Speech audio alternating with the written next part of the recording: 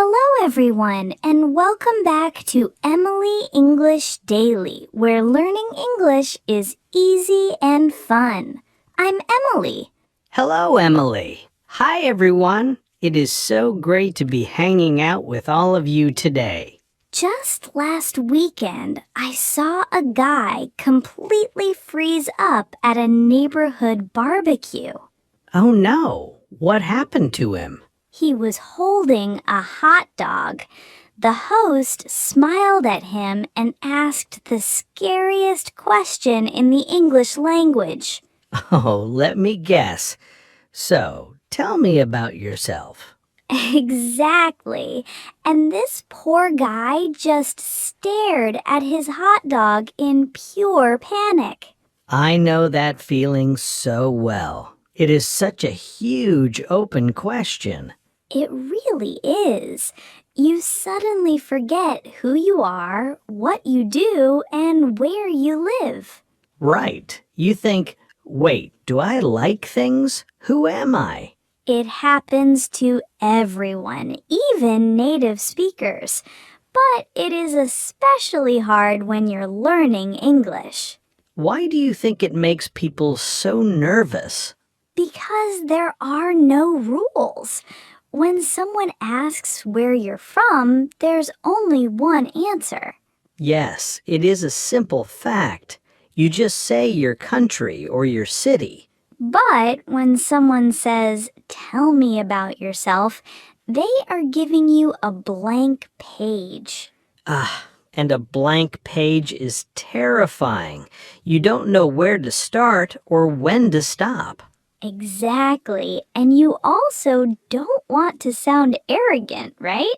Totally. In a lot of cultures, talking about yourself is actually considered rude. Oh, yeah, that is a great point. But in American culture, it's just a normal way to start a conversation. People are not testing you. They're just trying to find a connection. Yes, they're looking for something in common so they can keep talking to you. So today, we are going to fix this problem forever. We are going to give you simple, natural ways to answer this question in any situation.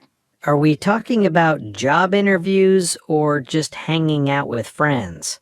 Both, because the way you answer at a barbecue is very different from a job interview. That is so true. You do not want to give your resume at a party. And you don't want to talk about your favorite video games at a serious job interview. Which is why this is actually a two-part series. That's right. Today, we're looking at the big picture of how to introduce yourself. But next time, our next episode will be Tell Me About Your Job. We will show you how to talk about your specific work in various professions, so listeners definitely do not want to miss that. It is going to be so helpful for building your career vocabulary. Okay, so where should we start today? Let's start with the hardest situation first, the interview. Oh, the interview. The stakes are high and your hands are sweating. Exactly. The interviewer sits down, looks at your resume, and says, "So, tell me about yourself." I had a student named David who used to struggle with this so much. What did David do? He would start his story from the very beginning, literally the beginning. Like when he was a child? Yes, he would say, "I was born in a small hospital in 1995. Oh no, that is way too far back. Right, the interviewer does not need to know about your elementary school. Teaching, when they ask this in an interview, they really mean, tell me about your professional self. Exactly. They want to know why you're sitting in that chair today. So we teach a very simple formula for this. It's called past, present, future. Past, present, future. How does that work? Actually, I like to mix it up and start with the present. Ooh, I love that. Starting with right now grounds the conversation. Exactly. You start by telling them what your current situation is. Give us an example of a good present sentence. You could say, right now I'm an account manager at a tech company. That is perfect. It's clear, simple, and gives them context immediately.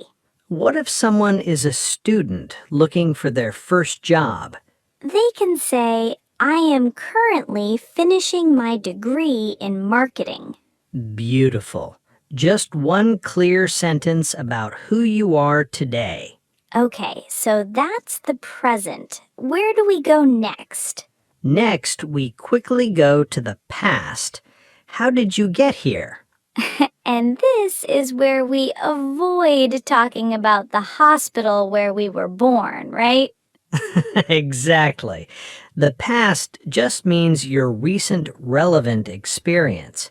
So you might say, before this, I spent 3 years working in customer service.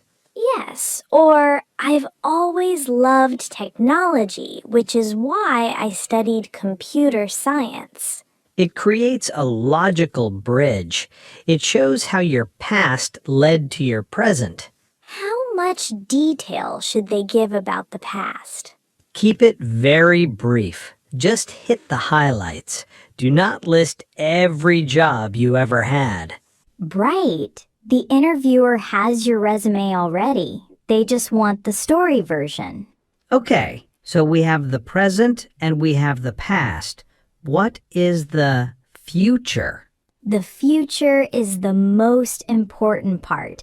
It is why you are at this specific interview. Like what you want to do next.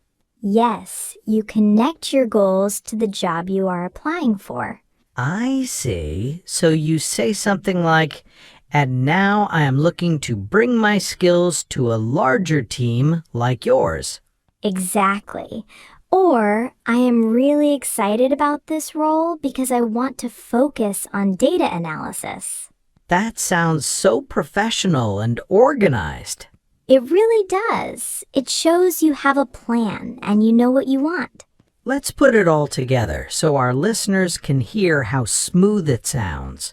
Okay, I will be the candidate. Ready? Go for it. Currently, I'm a project manager at a small agency. Before this, I spent 2 years in graphic design, which helped me understand the creative process. Now, I am looking for an opportunity to manage bigger campaigns, which is why I'm so excited about this position. Wow, if I were the boss, I would hire you right now. Thank you. But you see how it tells a complete story in just 30 seconds? Yes, it doesn't ramble. It has a clear ending. That is a huge secret. You have to know how to stop talking. Oh yeah, a lot of people finish their answer, but then they get nervous and keep going. They just trail off and say, so yeah, that is me. We've all done it. But ending strong on your future goal is so much better. Before we move on to casual situations, I want to check in with our listeners. Yes, if you are enjoying this episode and feeling a little more confident, please like this video. It helps us so much, and make sure you subscribe so you don't miss our lessons. And we have a question for you. Tell us in the comments, what is your current job? We love reading about all the amazing things you guys do around the world.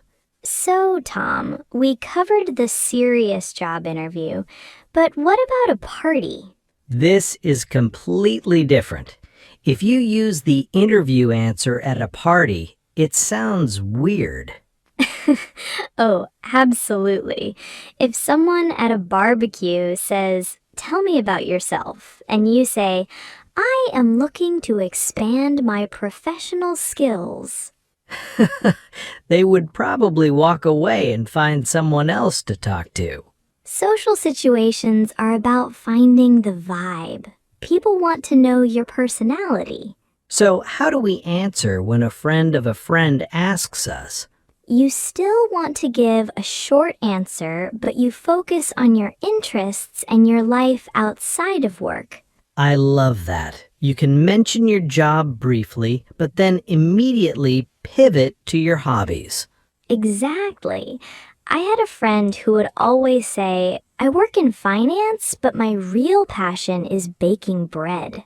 That is a fantastic answer. It gives the other person something fun to ask about, because nobody really wants to talk about finance at a party, right? True, but everyone wants to know about baking bread. It opens a door. The other person can say, "Oh, wow, what kind of bread do you make?" This is the secret to making friends in English. Give them a hook. What do you mean by a hook? To me, it's a small, interesting detail that they can easily reply to. Like throwing a little fishing line out to see if they catch it. Exactly. If you just say, "I'm an accountant from Texas," the conversation stops. Right. The other person just says, "Oh, cool." And then it gets awkward. But if you say, "I'm an accountant, but right now I'm spending all my free time training for a marathon," Boom! Now we have a conversation. I can ask about running, shoes, or fitness. what if the listener doesn't have a big, dramatic hobby like a marathon? It doesn't have to be big. You can just talk about how you relax. True, you could say, "During the week I work in IT, but on weekends I just love watching old movies." That is perfectly fine. It shows your human side. Sometimes native speakers won't even use the exact phrase, "Tell me about yourself." Oh, that is a great point. What else do they say? In America, people love to ask, "So, what keeps you busy?" Yes. Or they might say, "What do you like to do for fun?" These are all just different ways of asking you to share your story. And if you want a safe place to practice sharing your story, you should really try Emily English Daily AI. Oh, absolutely. It is such a game changer for our students. Emily English Daily AI is our smart assistant that lets you practice real conversations anytime, anywhere.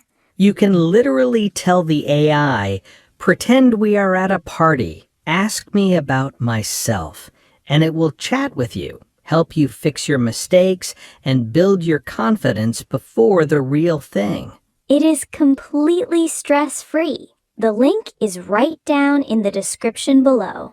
Go check it out. Emily English Daily AI will help you improve so much faster. Okay, Tom, are you ready to review some of the vocabulary we used today? I am definitely ready. It is time for pocket words. These are the words you can put in your pocket and take with you everywhere. Our first word today is freeze. Freeze. This means to suddenly stop moving or talking because you are scared or nervous. Yes, like when I forgot my speech on stage, I completely froze. Our second word is overwhelmed. Overwhelmed. This is when you feel like something is too big or too much for you to handle. Like when you have 10 big projects due on the same day, you feel overwhelmed. Our third word is highlight. Highlight. This means the best, most important, or most interesting part of something. Exactly. When you tell your story, only share the highlights, not every small detail. And our last word is a very casual one, vibe. Vibe. This is slang for the mood, feeling, or atmosphere of a place or a person. Yes, a business meeting has a serious vibe, but a barbecue has a relaxed vibe. Great examples, Emily. Now let's move on to my favorite segment. It is time to smooth it out. This is where we take a heavy beginner sentence and make it sound supernatural. What is our first sentence today? A lot of beginners say, I am born in Brazil. People understand you, but it sounds a little bit translated. Exactly. To smooth it out, a native speaker would say, I'm originally from Brazil. I'm originally from Brazil. That sounds so much softer and more natural. What about this one? My hobbies are to play video games. It sounds a little robotic, like you are reading from a textbook, right? To smooth it out, just say, I'm really into video games. I'm really into video games. We use really into all the time for hobbies. Okay, here is a big one. Beginners always say, I have 30 years. Yes, because in many languages you have your age, but in English you are your age. Exactly. So to smooth it out, you simply say, I'm 30. Just, I'm 30. You don't even need to say years old in a casual chat. And our last one, I do engineering. This is tricky because people are not sure how to explain their industry. To smooth it out, you can say, I work in tech, or I work in engineering. I work in engineering. It sounds very professional and native. Okay, Emily, let's put all of this into action with our practice conversation. I love this part. This is where you hear everything working together in real life. We are going to pretend we are meeting for the first time at a friend's dinner party. Perfect. I will be the one asking the big question. Sounds good. Let's do it. Hey, I don't think we've met. I'm Emily. Hi, Emily. I'm Tom. Nice to meet you. Nice to meet you too. So, how do you know the host? Oh, John and I actually went to college together. We have been friends for years. That is so fun. So, tell me a little bit about yourself. Well, I'm originally from Chicago, but I moved here for work a few years ago. Oh, really? What do you do? I work in marketing during the week, but honestly, I'm really into photography right now. Oh, wow. Photography.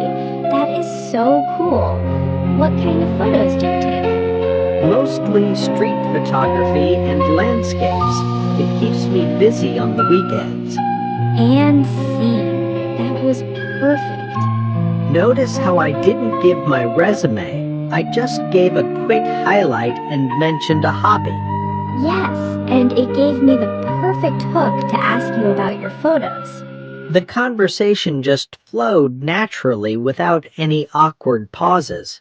And that is exactly how you handle that big, scary question. You do not need to panic. Just remember the situation and share a little piece of who you are. You guys are going to do great the next time someone asks you this. We are so proud of the progress you're making every single week.